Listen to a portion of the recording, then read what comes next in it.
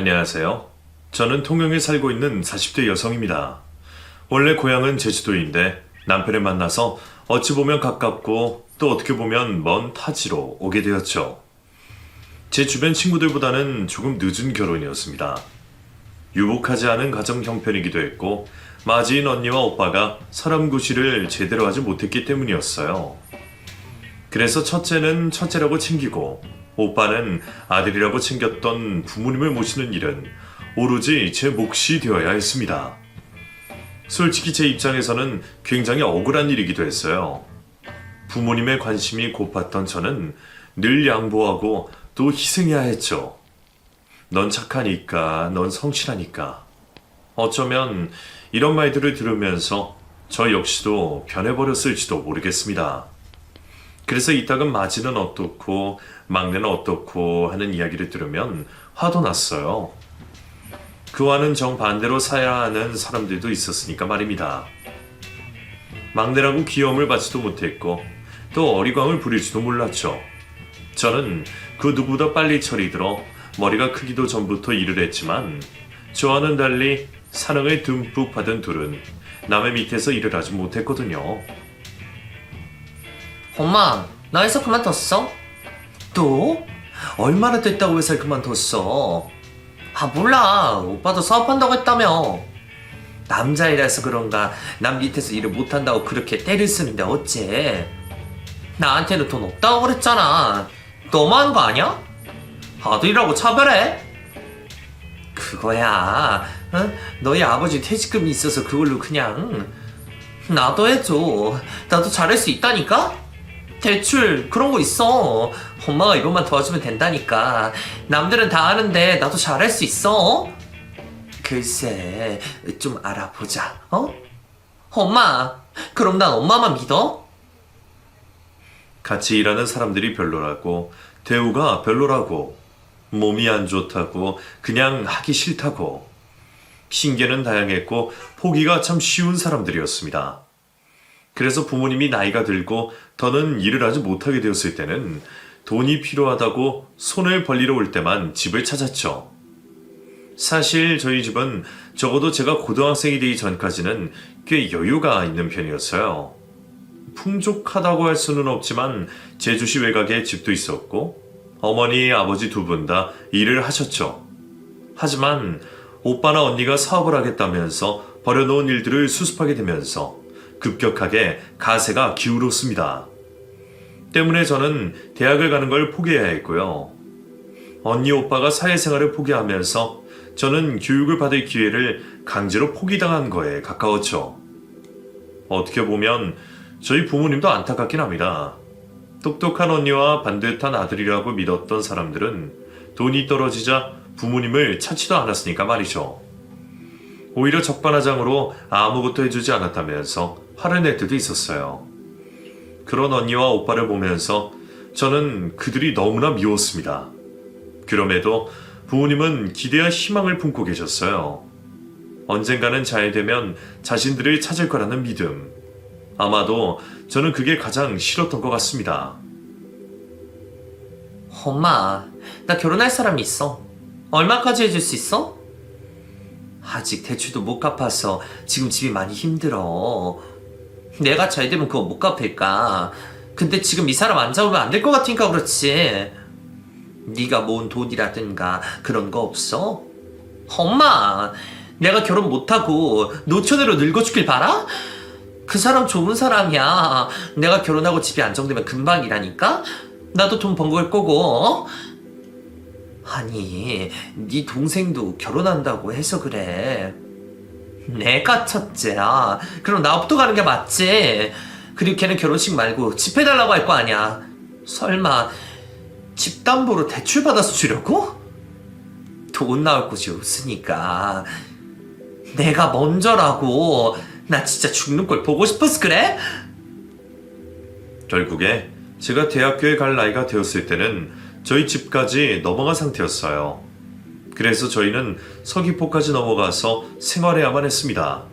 문제는 제주도는 육지처럼 전세 개념이 없는 곳이기도 하고 월세도 거의 없어요.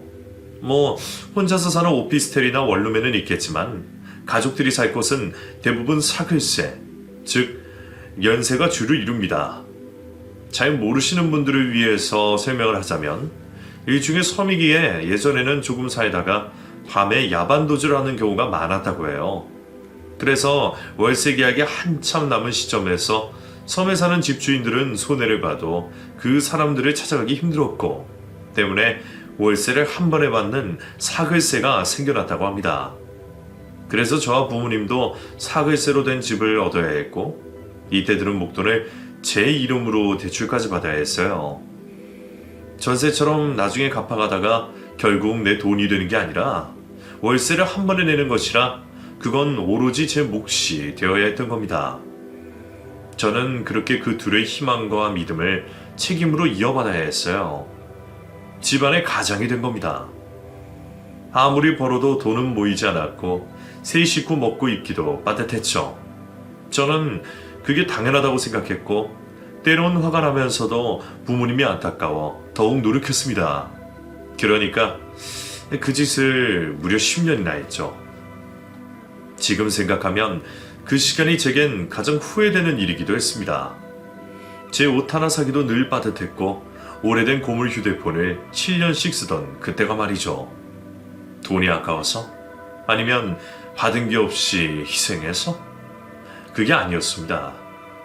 늘 허리띠를 졸라가며 살아도 1시간이 넘는 거리를 걸어다니면서 구질구질하게 살아도 가족이니까 괜찮다고 생각했어요. 내가 좀 고생해도 부모님은 편안하게 그렇게 모시려고 노력도 했고 말입니다. 제가 후회했던 건 그렇게 아낀 돈이 모두 언니와 오빠에게 흘러갔다는 걸 알게 되었기 때문이었어요. 언젠가 임대주택이라도 얻어서 살겠다고 악착같이 모은 돈은 오빠에게, 엄마가 개를 부어서 불려놓겠다고 가져간 돈은 언니에게로 갔습니다. 당시 오빠는 이혼을 하고 혼자 살고 있었고 언니는 자식을 3명이나 낳은 상태였어요. 그러면서 모자란 생활비를 내내 받아가고 있었던 거였습니다. 그것도 우연히 가족들의 대화를 걸 듣고 알게 된 거였죠. 작은 목소리로 속닥대면서 어떻게든 돈을 마련해서 주겠다고 약속을 하는 부모님의 목소리는 지금도 생생하게 떠오릅니다. 그렇게 제 나이 30이 넘어서야 제가 했던 모든 일이 부질없다는 걸 알게 되었죠. 나는 엄마 아빠 자식이 아니야? 나한테 대체 왜 그래? 아니, 너는 아직 어리고 젊잖아. 너 연희 오빠를 보면 안타깝고. 나는 안타깝지 않아? 나는 안 불쌍해? 저는 제 오래된 폰을 부모님 앞에 던지며 소리쳤습니다. 내 폰을 봐. 그 불쌍한 언니 오빠들 휴대폰보다 한 번도 더 좋은 거 산 적이 없어. 심지어 아빠랑 엄마 휴대폰도 이것보단 좋아. 이런 나는 안 불쌍해? 얘가 왜 소리를 질러? 너 엄마 아빠가 우스워?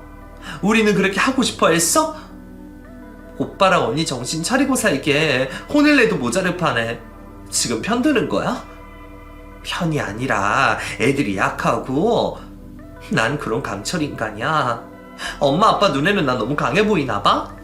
언니 사업 말아먹고 오빠도 사업 말아먹고도 아직도 사업 타려고 하고 있고, 형부 혼자 버는 거 빤한데 아이들은 줄줄 나와서 매번 집에 손 벌리고 집에 음식이면 뭐며 사놓으면 다 가져가고. 왜 그렇게 말해? 좀 더 여유로운 사람이 좀 해주면 어때서? 자매고 너희 형제인데. 그니까 내가 왜 더 여유롭냐고. 나 힘든 건 안 보여? 안 보기로 한 거야? 알지. 그래도 그게 뭐라고. 뭐긴 뭐야. 내 피랑 땀이지. 엄마랑 아빠는 내가 택시 타는 거 본 적 있어? 아니, 버스 타는 거 본 적 있냐고. 새 옷 사서 입고 연애하고 내 얼굴에 화장이라도 하는 거 본 적 있어? 이게 정상이야? 이게 여유로워? 내가 발버둥 치는 건 안 보여? 대체 나한테 왜 이래? 솔직히 저는 그게 지금도 이해되지 않습니다. 제가 정말 친자식과 맞는 건지 의심이 될 정도였고요. 늘 곁에 있어 저는 당연한 존재가 되었던 건지 아니면 제가 이상한 건지도 전혀 모르겠습니다. 어쨌든 저는 그 일이 있고 나서 제주도를 벗어나서 살기 시작했어요. 아무 연고도 없는 통영에서 살게 된 것도 그것 때문이었죠. 처음에 집을 나왔을 때는 서울로 가야 되나 부산으로 가야 되나 고민을 하다가 택한 게 부산이었고, 그곳에서 지금의 남편을 만나 통영에서 자리를 잡았던 겁니다. 부산에서 일을 시작하고 2년이 좀 지났을 때 같은 공장에서 일을 하던 남편과 인연이 닿았어요. 적지 않은 나이에 연애도 처음이었고, 그러면 당연히 결혼을 한다고 믿었습니다. 하지만 그 과정이 순탄하지 않았고 제 믿음 때문에 불합리한 걸 견뎌야 했네요. 시어머니는 반대가 심했습니다. 이유는 부모님과 인연을 끊어서가 아니라 바로 제 나이 때문이었죠. 아마 남편보다 2살이 더 많았던 제가 싫었던 모양입니다. 노산이야. 아니, 이제까지 결혼도 안 한 거 보면 무슨 하자 있는 거 아니야? 엄마, 무슨 말을 그렇게 해요? 아니, 말이 그렇다는 거지. 요즘 세상에 이 정도도 못 물어? 더구나 가족들이랑 인연도 끊었다며. 결혼식이라면 동네 사람들이 뭐라고 보겠어. 그냥 우리만 잘 살면 되지. 무슨... 너희 아버지 은근히 손자 기대하는 거 몰라? 지금 나이가 저렇게 많은데 애 하나 낳겠어? 내가 다른 건 다 넘어가도 30 넘은 여자랑 결혼은 나는 못 본다. 미안해요, 아가씨. 나 솔직한 사람이라서 이런 말 둘러하고 그런 거 못해요. 아니에요, 어머니. 제가 왜 그쪽 어머니예요? 아, 엄마, 제발 그만해요. 나 이대로 그럼 결혼 안 해? 하지 마. 내 나이는 무슨 어려? 우리 고작 2살 차이인데 지금 내 얼굴에도 침 뱉은 거야, 어? 네가 어때서? 남자들은 얼마든 어린 여자 만나. 그러니까 난 절대 결혼 허락 못해. 그때 한참을 가만히 있던 시아버지가 입을 여셨어요. 참, 왜 이렇게 예의가 없어, 당신은? 이게 사람 불러도 갈 이야기야? 아니, 여보, 손자 기다리는 거 맞잖아요. 나랑 결혼할 때도 아들 이랬으면서. 그래서 당신이 아들 낳았잖아. 그리고 결혼했고. 그리고 우리 어머니가 당신 반대할 때 기분이 어땠어? 그때는 당신 울고 불고 난리가 났었잖아. 왜 그 일을 또 되풀이해? 여보, 우리 아들은 다르다 이런 얘기 할 거야? 서로 좋다는데 그냥 결혼시켜. 알아서 잘 살겠지. 그리고 아이옷은 뭐 어때? 요즘 다 그렇다던데. 딸이든 아들이든 상관도 안 하고. 또 봐. 이래놓고 사람 좋은 척하고 나만 나쁜 사람 만들려고? 아휴, 그만. 알았어요. 난 후회도 몰라. 알았어? 난 분명 말렸다. 나중에 딴 소리 하지 마.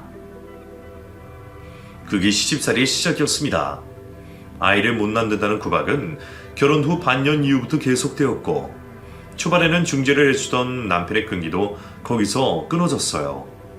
본인은 솔직해서 하고 싶은 말을 참지 않는다고 했지만 그 이야기는 솔직함을 가져간 무례였고 인신공격이었습니다. 너무나 많은 일들이 있었지만 그 중에 가장 서러웠던 것은 다름 아닌 먹는 문제였어요. 남편과 제가 시댁에 가는 날은 한 달에 거의 10번이 넘어갔는데 보통 주말에는 그곳에서 잠도 자야 했습니다.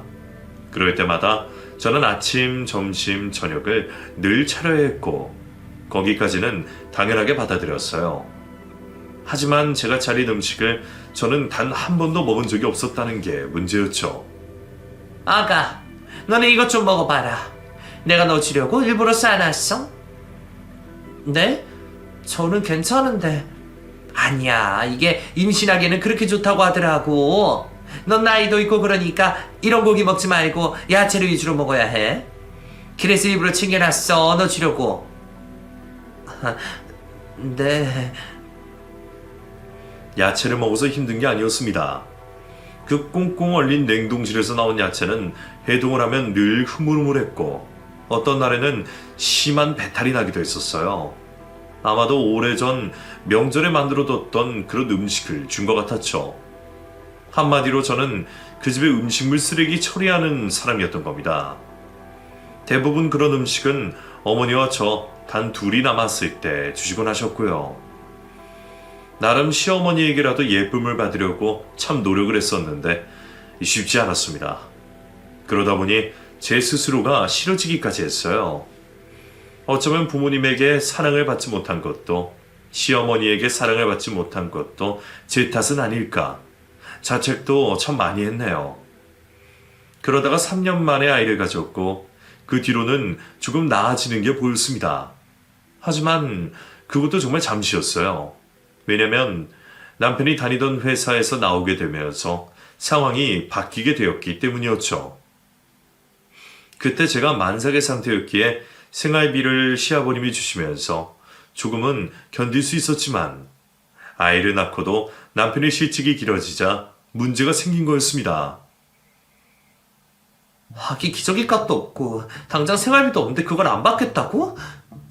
안 받는 게 아니라 당장 취업하라잖아. 나더러 공사판이라도 나가라고 하지 않나? 저 영감이 계속 취업하라고 압박을 하는데 어쩌라고. 나도 그냥 바꿔야 싶지. 근데 내가 이 나이 먹어서 아쉬운 소리 해야 돼? 우리 둘이면 문제가 없지. 근데 당신 아이를 생각하면 아쉬운 소리 좀 하면 어때? 당신이 뭘 알아? 우리 아버지를 알아? 얼마나 꼬장꼬장한 영감탱이인데 당신한테는 잘하는 것 같지? 그러니까 넌 몰라. 가족한테는 얼마나 가차없는 사람인지 날 매번 시험한다고. 시험? 그래, 어릴 때부터 내내 그랬어. 사람이 의심이 많아도 정도껏 많아야지. 저 시내에 있는 원룸 건물 하나 잡고 있으면서도 내 차를 한 대 안 뽑아주는 그런 사람이야. 언젠가는 물려주겠다는 말만 하고 그걸로 나 취업도 강제로 시키고. 얼마나 악독한지 모른다고. 그야 당신이 금방 일을 그만두니까 아버님은 그런 당신한테 의지하는 거 말고 스스로 일어나는 법을 가르치는 거고. 그렇게 생각하면 지금 나 백수라고 무시해? 이제 당신도 날 만만하게 보는 거지? 스스로 일어나? 웃긴다. 집에서 온종일 뒹굴거리는 주제에 지금 누구한테 뭐라고 하는 거야? 답답하면 당신이 팔면 되겠네. 내 말은 그게 아니잖아. 사람 가르치려고 하지 마. 이래서 엄마가 나이 많은 여자랑은 결혼하지 말라고 했나 봐. 사사건건 설교하고 설득하고 지겨워 죽겠네. 결국 저는 아이를 낳고 얼마 되지 않아서 일을 시작해야 했습니다. 남편은 절대로 굽히지 않고 좋은 일자리, 더 편한 일자리만 고집했고 저는 아이를 위해서라도 어쩔 수 없이 생계에 뛰어들어야 했거든요. 일자리라고 그렇게 거창한 것은 없었습니다. 남의 집에 밭일을 하거나 생선을 손질하는 그런 일도 가리지 않고 했어요. 모든에서 당장 손에 쥘 수 있는 일당을 주는 일이라면 상관없었기 때문입니다.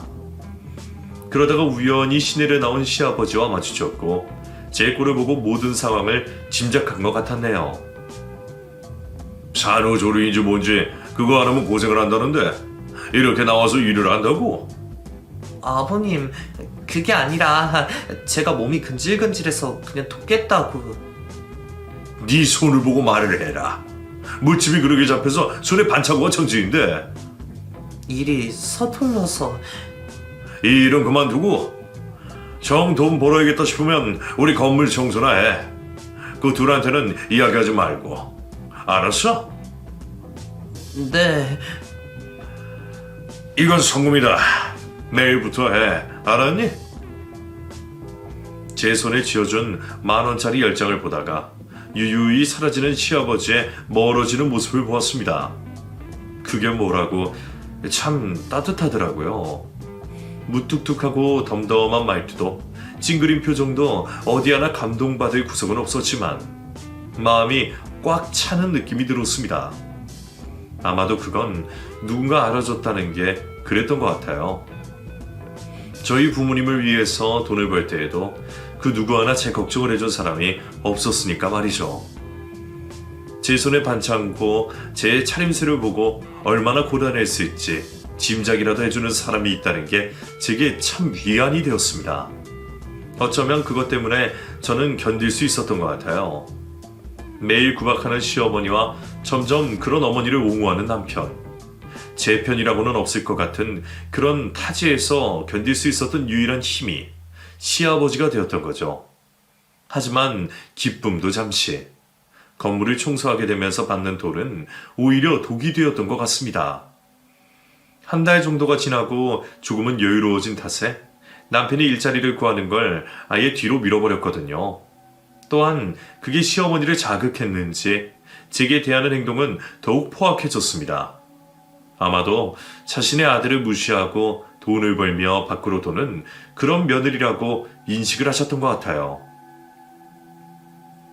아이는 나 몰라라 이렇게 남편한테 맡기니 애가 어떻게 제대로 취업에 집중이 되겠어? 모성애도 나이 먹으면서 사라졌니? 아니면 나한테 아들 낳았다고 유세라도 떨어? 그런 말이 어디 있어요. 제가 그럴 리가 없잖아요. 어머 얘 좀 봐라. 이제 말 대꾸도 안 해? 이제 돈 좀 본다 이거지? 나한테도 이러는데 지 남편한테는 오중 유세를 떨겠냐고. 남편 제대로 밥도 안 챙겨주지. 아니에요. 미리 다 만들어 놓고 점심에도 돌려서 밥 해주고 아이 보고 그래요. 그게 제대로 된 밥이겠어? 애가 반쪽이 됐더니만 에휴, 이래서 집안의 여자를 잘 들어야 된다는 거야. 내 아들이 직장에서 잘린 것도 딱 너 들어오고 임신하고 그때였잖아. 그때 조선소 문 닫으면서 다들 힘들어졌었는데 어디서 따박따박 말 대꾸야? 너 부모한테 그렇게 배웠어? 하긴 그러니까 네 부모랑 연 끊고 그렇게 살지. 독하다 독해. 부모도 버린 애가 우리라고 못 버릴까? 아유 무서워. 이게 며느리 살이지 뭐가 며느리 살이겠어? 정말 너무너무 힘들었습니다. 하지만 그 중에 가장 힘든 건 제가 찾아가서 기댈 곳이 없었다는 거였죠. 사실 결혼을 하면서 새로운 가족을 만들게 되면 정말로 잘하고 싶었습니다. 너무 잘해서 그곳에서는 사랑받는 며느리, 딸 같은 며느리가 되고 싶었고요. 하지만 제 모든 것을 싫어하는 그런 사람의 며느리로 있는 것은 너무 힘들었습니다. 매일 놀고 먹고 자기만 하는 남편과 자신의 아들만 감싸는 시어머니를 보면서 제가 그토록 힘들게 끊어냈던 저의 가족들과 닮아있는 게 더 괴로웠고요. 결국 어느 순간 나는 이런 팔자인가 보다 그렇게 생각하게 되었던 것 같습니다. 누군가를 먹여 살리고 영원히 사랑받지 못하는 사람이 나인가 보다 하고 말이죠. 그래도 다행인 건 쑥쑥 탈없이 자라는 제 아들과 제게 아주 가끔은 따뜻했던 시아버지 덕분이었네요. 그래서 저는 적어도 시아버지에게는 사랑받는 그런 며느리가 되려고 했죠. 제가 기다렸던 것은 다름 아닌 시아버지의 칠순이었습니다. 보통 대관을 해서 그게 잔치를 하는 경우가 많았지만 아버님이 워낙 그런 걸 질색을 하는 분이어서 조촐하게 가족들과 함께 잔치를 하기로 했어요. 그래서 저는 칠순잔치를 위해서 만반의 준비를 했고 제 생에 가장 많은 음식을 했습니다. 평소에 제가 기억하고 있던 좋아하는 음식도 모두 준비했죠. 반찬이나 과일, 나물을 제외하고도 갈비탕부터 갈비찜, 쑥떡, 산적, 대하, 꼬막무침, 잡채, 활보채와 회, 김밥, 대게, 꽃게탕까지. 미리 주문한 떡으로 만든 케이크만 제외하면 모두 제가 만들어 상을 차렸습니다. 정말 엄청난 양이기도 했고 정성을 들여서 매번 이것저것 트집을 잡기 일쑤였던 시어머니도 감탄할 정도였고요. 거기에 선물과 용돈까지 두둑하게 넣어 챙겨드렸습니다. 또 그 모습이 마음에 들지 않았는지 시어머니는 또 저를 걸고 넘어지셨죠. 너희 시아버지 쑥떡 말고 먹지도 않는데 케이크를 이걸 준비를 해? 어휴, 요즘에 누가 떡으로 만든 케이크를 먹니? 이래서 센스가 없어. 나이가 많아서 그런가? 아, 그래요? 저는 아버님이 유제품 드시면 속이 안 좋다고 하셔서 그래서. 아니, 고구마 케이크도 있고 다른 것도 있잖아. 그것도 생크림이 들어가더라고요, 어머님. 왜? 나 떡 좋아해. 아무래도 이게 딱 먹고 싶었는데 잘 됐다. 아가 고맙구나. 거짓말도. 쑥떡만 좋아하잖아요. 내가 백석이를 줘도 먹지도 않는 사람이 괜히 그러네. 좋은 날에 내가 좋다면 좋은 거지 왜 당신은 이런 날까지 그래? 그래서 당신은 내 생일에 뭐 준비했어? 아니 내 생일에 뭐 주지도 않은 사람이 바라게 뭘 받아요? 그러면 괜히 이 음식 다 준비한 며느리한테 뭐라고 하지 말고 그냥 고맙게 먹읍시다. 온통 다 기름지고 이게 무슨 손만 커가지고 음식 다 남기만 벌받지. 애가 나이가 많은 건 둘째 치고 사치가 심하고 낭비야. 이게 다 낭비라고. 여보! 내가 뭐 틀린 말 했어요? 진짜 당신 무슨 나이에 안 맺혔어? 말끝마다 나이 응? 며느리 나이가 아무리 많아도 당신보다는 한참 아래인데 좀 품어주고 따뜻하게 감싸주면 덧나? 당신 그거 콤플렉스야. 내가요? 기가 막혀서 내가 무슨 그런 게 있어? 당신이 말하지 말라고 해서 내가 꾹꾹 참았는데 더는 못하겠네. 당신 까놓고 말해서 나보다 나이가 6살이나 많잖아. 여보, 미쳤어요? 저는 그 말에 입을 막았고 남편의 눈도 2배는 커지더군요. 물론 남편은 알고 있었기에 뒤늦게 제 눈치를 살폈습니다. 그 자리에서 시어머니는 눈물까지 흘리며 방으로 들어가 버렸고 시아버지는 제게 그런 시어머니를 이해하라고 이야기해 주셨죠. 저 사람이 우리 어머니한테 나이로 그렇게 구박을 당했었어.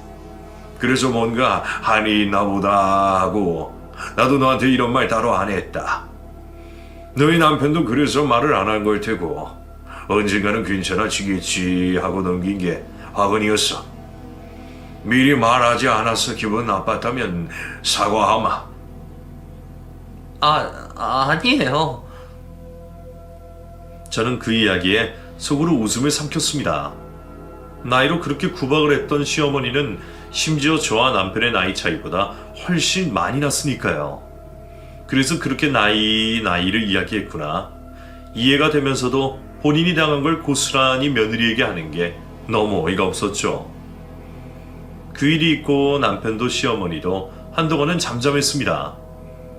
비록 금방 그만두긴 했지만 남편이 며칠 일을 다니기까지 했고 저희가 가지 않으면 매일 저희 집 문을 두드렸던 시어머니의 발길이 끊어지면서 좀 숨이 쉬어지더군요.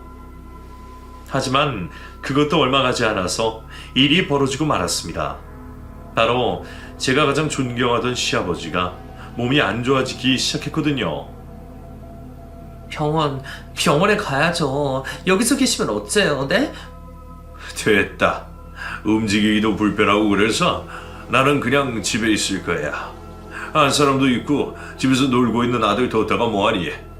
괜찮다 아가야. 아니요, 병원으로 가요. 거동하기 불편한 거면 무슨 큰 병인 거고 수술하든 뭐라든 해야죠. 이건 아니에요. 집에 있다가는 그냥 밤새고 병 키우는 짓이죠. 그때 시어머니가 인상을 쓰면서 저를 만류하셨습니다. 이미 내가 말을 안 했겠니? 저 사람 고집 피우면 그 누구도 못 말린다. 근육병인가 그런 거라고 해. 아니야 참. 저 사람 말로는 재활이니 뭐 그런 걸로 생명 연장이나 할 수 있다고 하더라. 그래서 그걸 거부하시고 그러는 거야. 그래도 연장이든 뭐든 해야죠. 안 돼요. 누가 보면 너만 아버님 끔찍하게 하기 줄 알겠다. 어? 이 사람 선택이니 그걸 들어주는 것도 우리 몫인 거야. 네가 뭔데? 이 사람 선택이 왈가왈부야. 우린 기뻐서 춤이라도 추는 줄 알아? 나도 답답하고 미칠 것 같아. 그런데도 싫다는데 어째? 저는 울고불고 난리가 났어요. 시어머니도 눈물을 보이셨지만 저와 같은 정도는 아니었습니다. 남편은 낙담하긴 했지만 덤덤했고 시어머니 역시도 더는 병원을 권유하진 않았어요. 마땅한 방법이 없던 저는 근육병이라는 것을 혼자 알아보기 시작했습니다. 근육병은 유형에 따라서 다르지만 근력 저하가 생기기도 하고 그게 더 심해지면 척추측만증으로 보행이 불가능한 지경까지 가는 경우가 있다고 하더군요. 더구나 호흡 역시 근육으로 하기 때문에 심장 근육이 손상이 되면 호흡곤란을 일으켜 사망에도 이르는 무서운 질환이었습니다. 저는 그 뒤로도 몇 번이나 아버님을 설득해서 병원에 데리고 가려고 했지만 결국에는 실패하고 말았죠. 아버님은 적어도 죽음은 자신의 방식대로 병원이 아닌 내 집에서 하겠노라 이야기하셨고요. 결국 저는 제가 할 수 있는 선에서 최선을 다할 수밖에 없었습니다. 일을 끝내고 나서는 바로 시댁으로 가서 음식이며 빨래며 모든 걸 도왔어요. 하지만 갈수록 아버님의 상태는 좋지 않았죠. 그냥 사람 쓰자니까요. 아버지를 제가 씻기고 먹이고 하는 것도 힘들고 엄마도 나이가 있으니 힘이 든데 저 양반 왜 저렇게 고집을 부려? 내가 이야기 안 해봤겠어? 죽어도 남의 손은 안 빌리겠다고 하잖니. 네가 좀 고생을. 나 못해. 나도 저번에 아버지 들다가 허리가 삐끗했어. 말이 간병이지 사실상 이게 노가다야. 아우 머리야 어깨도 끊어지는 것 같고. 그럼 이 힘없는 애미가 하리? 아들이 그 정도도 못해? 진짜 힘들다고. 아버지가 좀 까탈스러워야지. 나도 뭐 할 맛이 나지. 몰라. 나 취직할 거니까 그렇게 알아요. 그럼 네 아버지는 어쩌고? 설마 나더러 하라고? 이 사람이 하면 되죠. 그래, 그러면 되겠다. 두 사람이 시선이 향한 곳에는 제가 서 있었습니다. 솔직히 싫지는 않았어요. 차라리 이 기회에 잘 됐다고 생각했습니다. 늘 죄송스럽고 고마운 마음으로 살았는데 마지막 가시는 길이라도 남의 손 타지 않는 게 차라리 제 마음이 편할 것 같았으니까요. 그리고 그것 때문에 남편이 취직해서 다시 자리를 잡게 되는 건 제게 더없이 좋은 일이었죠. 그래서 수락했고 그 이후로 아버님 곁에 거의 살다시피 하면서 그렇게 병간호를 하기 시작했어요. 생각보다 그렇게 힘들진 않았습니다. 목욕만 남편이 도왔고 저는 화장실에 데리고 가고 식사를 차려드리는 정도가 전부였거든요. 솔직히 아버님을 간호하는 게 왜 그토록 힘들다고 했는지 이해가 되지 않을 정도였습니다. 그러다가 늘 끈기 없이 포기하는 남편이기에 그런 말을 했던 모양이라고 생각했죠.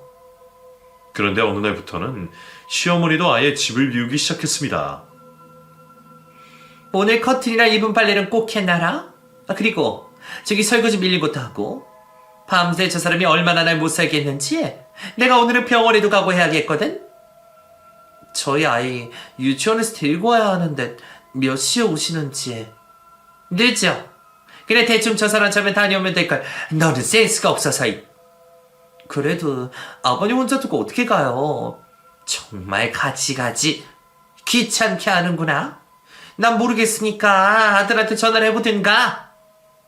네, 다녀오세요. 어떻게 된 게 한 번에 기분 좋게 보내질 않아. 아휴, 내 팔자야. 당연하게도 남편도 전화를 받지 않았어요. 그래서 짧은 시간 안에 아이를 데리고 오려고 뛰다가 넘어져 다리를 다치기까지 했죠. 그렇게 아이까지 업고 아버님을 간호하면서 양쪽 집안일까지 모두 떠안게 되었습니다. 그래도 괜찮았어요. 틈만 나면 조금씩 배운 재활 운동이라든가 근육을 풀어주는 마사지를 해주면서 아버님이 빨리 완쾌되길 기도했죠. 하지만 그건 제 바람이었을지도 모릅니다. 어느 날부터는 아주 크게 말해도 듣지 못하시기도 하고 눈을 반쯤만 뜨실 때도 있었거든요. 그런 아버님을 보면서 얼마나 많이 울었는지 모릅니다.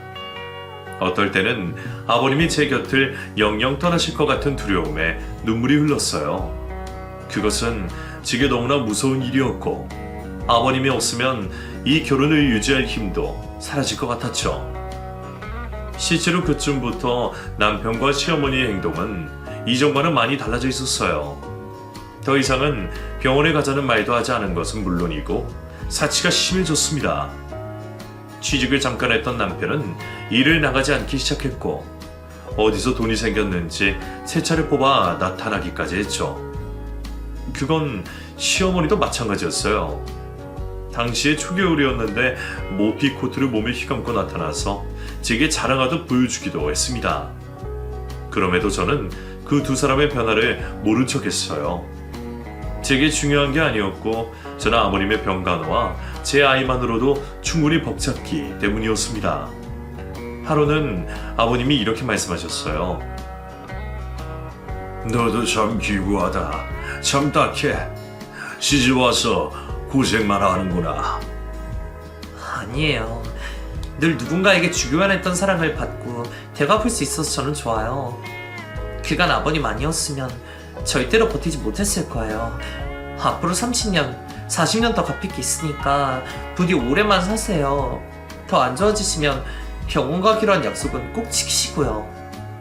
물론 아버님이 들리지 않는 듯한 눈만 껌뻑거리셨지만 저는 더 크게 말하지 않고 손만 꼭 잡아주었습니다. 그러다가 얼마 있지 않아서 어머님과 남편이 제게 3일 정도 여행을 다녀오겠다고 하더군요. 휴식이다, 요양이다, 여러 가지 이야기를 핑계라고 늘어놓긴 했지만 저는 애초에 상관없었습니다. 이참에 고장난 현관문을 바꾸겠다고 이야기했고 흔쾌히 돈까지 주시더군요. 그래서 저는 짐을 몇 가지 싸서 아이를 업고 그렇게 시댁으로 들어왔습니다. 그때 현관이 내려앉은 건지 문이 제대로 닫히지 않았고 이가 맞지 않으면 그냥 스르륵 열리는 정도였어요. 그래서 사람을 불렀더니 생각보다 문을 짜 맞추는 게 오래 걸린다고 했고 그래서 어쩔 수 없이 보조 잠근 장치만 달고 그렇게 아버님 곁을 지켰습니다. 이전과는 다른 상태였기에 엄청 힘들 거라는 생각을 했지만 다행히도 아버님이 이전보다는 훨씬 좋아지셨더군요. 그래서 좋아하시는 음식도 마음껏 해드렸고 정말 기분 좋게 3일을 보낼 수 있었습니다. 그리고 시어머니와 남편이 돌아왔는데 제게 고생을 했다고 다독이고 좋은 말도 많이 해주셔서 솔직히 좀 놀라웠어요. 나한테 미안해서 저러나 하는 생각이 들었는데 의외의 말을 듣게 되었죠. 정말 제가 살면서 단 한 번도 들어보지 못한 말이었습니다. 휴가? 지금 나한테 휴가라고 했어? 엄마랑 내가 상의를 했는데 그간 당신 고생 엄청 많았잖아. 한 3일? 아니다, 일주일. 그래 아가, 일주일은 다녀와라. 내 카드 줄 테니까 그걸로 다녀와. 어? 네? 카드요? 그래, 내가 카드 줄 테니 친정... 너 친정이 없지. 그럼... 당신 예전에 이랬던 친구 있잖아. 그 부산에서 살던 그 친구. 아니 있긴 하지만 잠깐 만나는 것도 아니고 신세질 정도는 아닌데. 누가 신세지래? 그냥 호텔에서 머물러. 엄마 카드로. 갑자기? 갑자기는 무슨. 우리 번갈아서 이렇게 휴가도 가고 해야 아버지 병간호도 잘하고 다 그런 거지. 우리한테 맡겨. 나도 일 그만둬서 괜찮고 어머니도 요양 다녀와서 많이 좋아지셨어. 근데 우리끼리만 좋은 건 좀 아니잖아. 우리 아들 데리고 여행이라도 가라고. 그래, 아들 말이 맞다. 이렇게 자기 안에 알들이 누가 챙기니? 너도 이럴 때는 못 이기는 척하고 그렇게 가는 거야. 얼른 가, 얼른. 오늘부터라도 가봐라. 어? 오늘이요? 너무 갑작스러운데? 원래 여행이란 게 그래. 당장 버스를 예약해서 가도 빠듯해. 우리는 푹 쉬었으니까 뒷일은 걱정하지 말고. 그러니 얼른 가. 마음 바뀌면 너 잃은 길도 없어. 여보, 얼른 가라니까. 아들 하원시키면서 그렇게 가면 되겠네.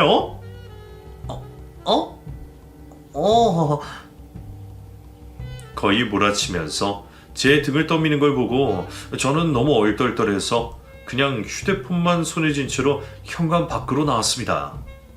너무나 갑작스러웠고 희한하게 기분이 좋아서 도로 다시 들어가기도 뭐해서 한참을 그렇게 걸었어요.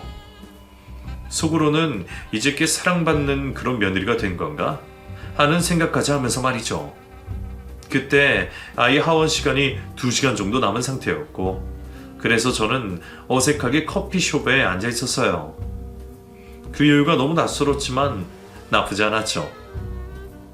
그러다가 문득 현관문을 설치하러 오는 날짜와 시간에 따로 이야기 안 했다는 생각도 들었고, 무엇보다 보조 열쇠를 잠그지 않으면 도둑이 될지도 모른다는 생각까지 들었습니다.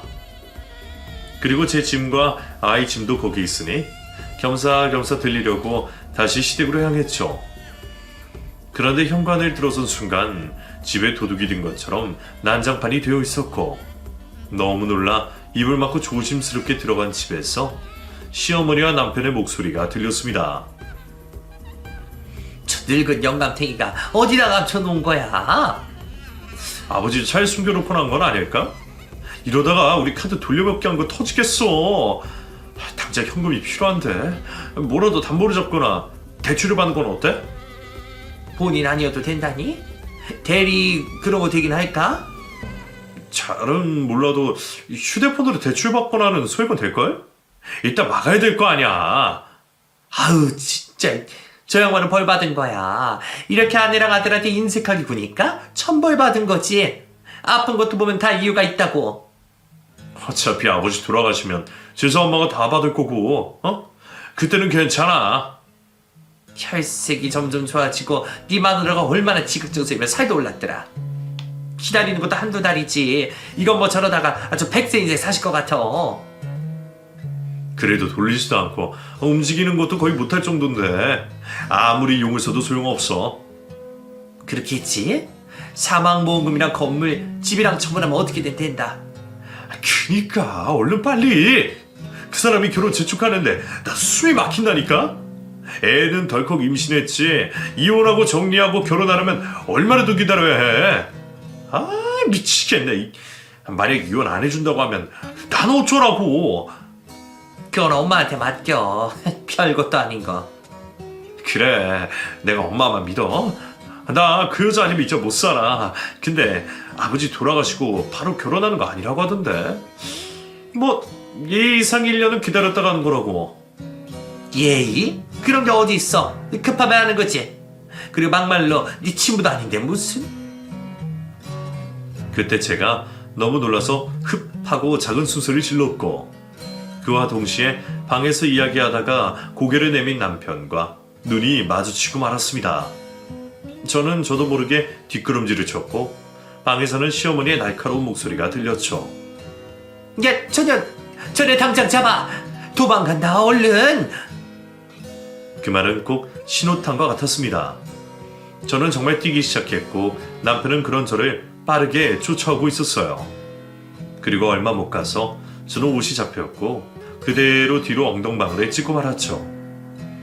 남편은 씩씩거리면서 화를 냈고 횡설수설하며 이야기를 어디까지 들었냐고 소리를 질렀습니다. 저는 대답 대신 어떻게 그럴 수 있냐고, 바람을 피운 것도 모자라 아버님한테 어떻게 이럴 수 있냐고 악을 쓰며 물었죠. 그러자 남편은 제 멱살을 잡아 올렸고 이내 손찌검을 하려는 듯 한 손을 높이 들어 올렸습니다. 그런데 그 손을 탁 하고 붙잡은 또 다른 손을 보고 경악하고 말았죠. 그 사람은 바로 시아버지였으니까요. 아버지? 어떻게? 아니 어떻게? 거동조차 못한다던 아버님은 너무나 빠른 속도로 저희가 있는 곳까지 오셨고, 심지어 손이 자유롭다는 걸 알리기라도 하려는 듯 주먹으로 남편의 얼굴을 때리기까지 하셨습니다. 그리고 이내 그간의 모든 일들이 거짓이었다는 걸 이야기하셨죠. 애초에 자신의 아들이 친자가 아니라는 것도 알고 있었다고 합니다. 어린 시절부터 자수성가해서 지금의 이런 아버님은 의심이 많았고 이를 피할 수는 없었던 거죠. 그럼에도 아내를 사랑했고 자식으로 인정해 키웠던 겁니다. 미국에 연극을 한 것도 모두 아들이 취직을 하길 바라는 마음 반, 자신의 마지막이 어떨지 알고 싶은 마음 반에서 시작했다고 해요. 그래서 제가 간호하지 않을 때는 남편을 그렇게 힘들게 했고 취직을 시키는 것에 성공하고 그만두려 했지만 아들과 아내가 밖으로 나돌기 시작하면서 그만두지 못했던 겁니다. 그러다가 제가 들었던 모든 걸 아버님도 듣게 된 거고요. 여보, 내가 진짜 미쳤었어. 당신이 그렇게 거짓말하니까 나는. 아빠, 진짜 그게 아니라 정말 진심이 아니었다고, 아빠. 난 충분히 기회를 줬어. 당신이 날 속이고 저 아이를 내 자식이라고 데려왔을 때에도 나는 사랑하는 마음 하나로 받아들였어. 당신이 아들만 감싸고 돌아서 저렇게 커버렸지만 그래도 내 자식처럼 키웠는데. 더 말해서 뭐해. 우리 이혼합시다. 너도 이제 내 아들 아니다. 시아버지는 진짜로 이혼을 진행하셨습니다. 당연히 절대 안 된다고 버티실 줄 알았던 시어머니도 수락을 하셨어요. 이유는 오로지 돈이었고, 시아버지가 재산의 반을 소송 없이 넘기겠다고 해서 협의 이혼을 하신 거였죠. 그건 저 역시 마찬가지였습니다. 저희야 재산은 얼마 없었지만 남편이 양육비를 일시불로 지급을 하고 아이에 대한 친권을 포기한다는 조건을 걸었고, 이 모든 과정은 시아버지가 변호사를 써서 진행해 주었네요. 당장 양육비를 모두 지급하는 게 부담스럽다던 남편도 자신의 재혼을 위해서 어쩔 수 없이 어머니에게 손을 벌릴 수밖에 없었을 겁니다. 이에 대해 시아버지는 말씀하셨죠. 내 재산을 절반을 시어머니에게 준 게 이해가 되질 않지. 어쩌면 이게 내 마지막 사랑일지도 모르지. 그 사람도 나랑 같이 살면서 얼마나 마음을 졸였겠어. 나한테 들킬까봐 전전긍긍하면서 살았을 세월. 그 세월에 대한 보상이라고 생각하면 좋겠구나. 그리고 내 아들이지만 몇 년이 지나면 너한테 양육비를 주지 않을 거란 걸 알아. 그래서 재산의 반인 일부가 너에게도 돌아가니 그건 역시 이득 아니니. 이러시면서 그간 한 번을 흘리지 않던 눈물을 흘리시더군요. 보고 있는 저 역시도 마음이 아팠습니다. 저에게도 시어머니를 너무 미워하지 말라며 그 미워하는 마음이 얼마나 무거운지에 대해서 이야기도 해주셨죠. 그리고는 제게 현재 살고 있는 집의 명의를 제 앞으로 주시겠다고 하시더군요. 그리고는 죽기 전까지 남은 재산은 모두 사회에 환원하겠다고 하셨습니다. 그리고 그 일이 있고 약 7년 후 2월 29일에 시아버지가 돌아가셨어요. 잠이 든 것처럼 편안하게 그렇게 가셨죠. 아직 아픔이 채 가시지도 않은 상태가 그날을 떠올리면 여전히 눈물이 주룩주룩 흐릅니다. 마치 제 안에 수도꼭지가 고장난 것처럼 말이죠. 이 글을 쓰면서 전 사실 제가 아니라 아버님의 이야기를 하고 싶었어요. 얼마나 멋지고 다정한 분인지 말이죠. 비록 글재주가 없어서 모든 내용을 담지 못했지만 이것만은 꼭 쓰고 싶었어요. 나는 아들에게 물고기를 주기보다는 물고기를 잡는 방법을 가르쳐주고 싶었어. 그런데 내가 틀렸던 거야. 물고기를 잡으면서 함께 있는 시간, 그 시간이 중요했다는 걸 몰랐다. 넌 후회하지 말고 물고기를 잡는 법도 가르치고 함께 물고기를 잡는 시간도 가지렴. 아버님, 제가 부모님보다 더 많은 걸 가르쳐 주셔서 너무 감사드립니다. 저는 잘 지내고 있어요. 우리 아들도 아주 많이 컸는데 할아버지 많이 보고 싶어 하고요. 아버님, 언젠가 다음 생이 있다면 저 그때는 꼭 딸로 받아주세요. 진짜 그러고 싶네요. 사랑합니다.